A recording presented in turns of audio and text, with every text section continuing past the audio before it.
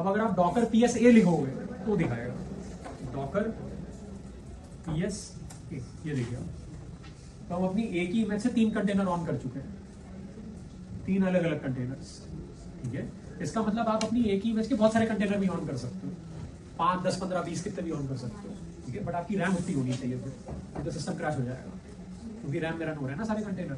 तो रैम उतनी ज्यादा हो आपके पास, 32 GB 64 GB के आसपास रैम हो, ठीक है। इसीलिए कंटेनर्स कहाँ पे रन होते हैं, क्लाउड पे, क्योंकि रैम बहुत ज्यादा होती है भाई साहब, 100 GB की रैम, ठीक है, 150 GB की रैम, 200 GB की रैम।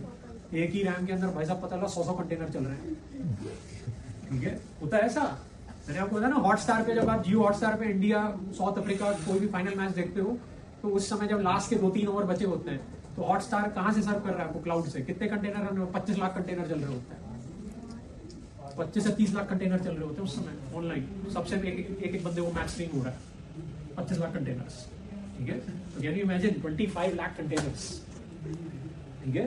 तो क्लाउड के अंदर ही उतनी पावर है, इसको झेल सकता है ये, ठीक है। इसीलिए कंटेनर में कन्वर्ट करने के बाद क्लाउड पे डालो, ठीक है।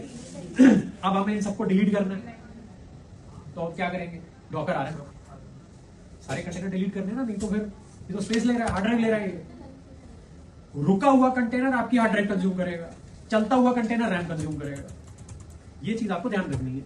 स्टॉप्ड चीजें जितनी भी हैं वो हार्ड ड्राइव कंज्यूम करेंगी, रनिंग चीजें जितनी भी हैं, ऑब्वियसली बात, मैं कंटेनर की बात कर रहा हूँ क्योंकि और तो कुछ रनिंग होता ही नहीं है डॉकर में, रनिंग चीजें जितनी भी है वो रैम कंज्यूम करेंगी। तो अब ये स्टॉप्ड है, ये आपकी हार्ड ड्राइव चूस रहा है, ठीक है। हार्ड ड्राइव भी ले रहा है और रैम भी लेगा, चलेगा तो रैम भी लेगा, रुका हुआ तो हार्ड ड्राइव तो ले ही रहा है, ठीक है।